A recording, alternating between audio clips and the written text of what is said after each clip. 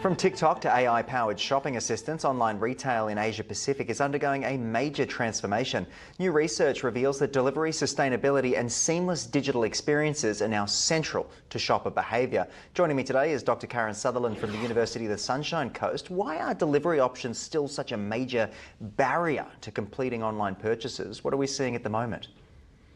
I think it's a number of things. I think sometimes it's the cost of delivery deters people from doing that. Also, it can be how long it takes for the delivery to arrive. In some countries, it's really quick, but in others, it can take quite a while.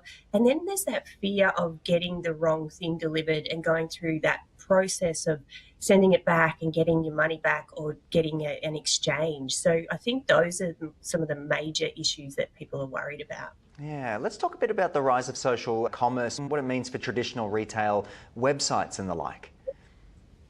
It means that, and I think they were really trying to push this during the pandemic, but it was clearly a bit too early in some sort of Asia Pacific countries, like Australia, for example, where selling through social media, making that a really seamless process they were really trying to push it then. But I think now people are adopting that more and more. So it means that businesses can tag their products in a post and then people can just click through and then make the purchase. And now with things like Apple iPay, and you can preload all your credit card information into your phone and through Google, it makes it so much easier as well because you don't have to fill in all that. So it's just really one click and then you've purchased something.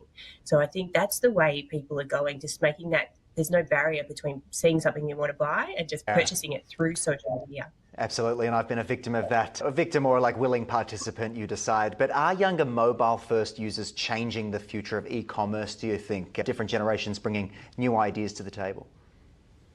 I think younger users are much more trusting of having their credit card details in their phones.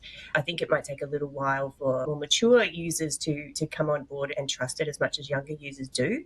But I think we've talked about this too. I think the way that our social shopping is changing, the way that people shop online, and also AI. People are doing a lot of their searching for products through generative AI platforms, ChatGPT now. And I think online shopping is changing in a big way. Speaking of change, let's jump to our next topic. And the federal government is being urged to reverse YouTube's exemption from a proposed social media ban for children under 16. The E-Safety Commissioner says the platform is causing more harm than any other. What do you make of this one, Dr. Karen? Take us through YouTube and why it's originally exempt from the proposed social media ban. To be honest with you, I was quite surprised that they weren't included with the other social media platforms when this ban was proposed. And there's been research that showed 37% of young people have experienced issues like this on social media, and most of those experienced that through YouTube. It was very strange that they weren't included on there. And YouTube, it does have sort of age restrictions, but there's also been reports to show that its AI is very bad at determining who is an adult and who is not. There's some people out there who create content that looks like it's aimed at children, but in the middle of the video, it takes a very nasty and sinister turn. And so there's videos like that on YouTube. So yeah, it's a real worry that they weren't included, but how they're going to enforce it again, this age restriction, is a real question. Are people, as the general population, agreeing with the E-Safety Commissioner that YouTube poses more harm to children than these other platforms out there, Snapchat, TikTok and the like? Not really, yeah. I think it wasn't included because YouTube was deemed to be an educational platform.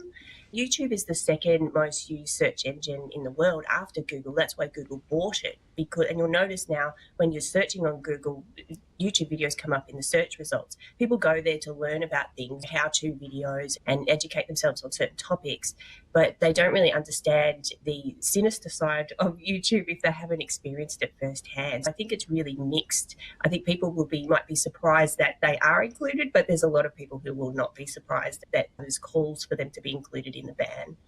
How long have we got until all of this rolls out? Do we have a date for the exemption, or if it's going to pass or not?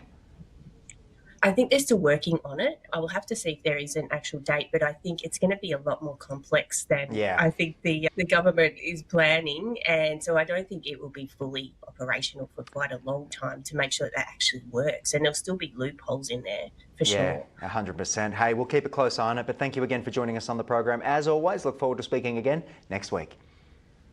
Thank you so much.